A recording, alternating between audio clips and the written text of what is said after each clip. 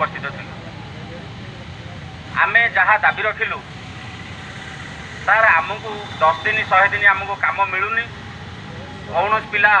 90% रु पिला अधिक पिला पाई पारु नाहंती एपरि स्थले एसएचजी रु आनी आम भितर पुरई काम से देले आमे आ कौन काम पाइबु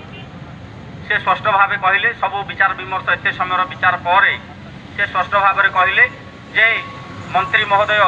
सेक्रेटरी को निर्देश देले जे वर्तमान जो चिट्ठी होती एसएचजी मान यहीटा को होल्ड कर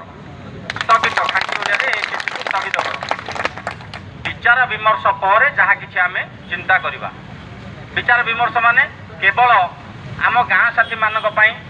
से 15 दिन समय नेले आम गाँ साथी मान विषय में संपूर्ण भाव में आलोचना करेंगे। सेक्रेटरी महोदय स्पष्ट भाव में कहले जिते दूर आम देखिलु तांकर कथबार्तारू भितर छुरी काटे अंटिकी तटी काटे कौन आम कहीपरूनी किंतु वर्तमान समय आम जहाँ देखिलु सी गोटे भद्रलोक टाइप आमको लगिले कथबार्ता आमको बहुत भल लगिला से कहले विशेष भाव में गाइडलाइन को फॉलो करी आ तुम मान जहाँ हो पार जिते सबुठू जिते बेस्ट हो पार से आम तुम करूँ तेणु या भितर आउ कहार किसी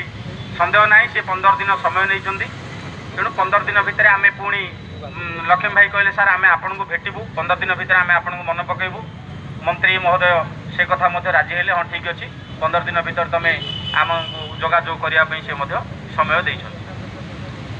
जदि या भितर आमर भाई माने जाइछन्ति जदि किए कौन कहबार थो कह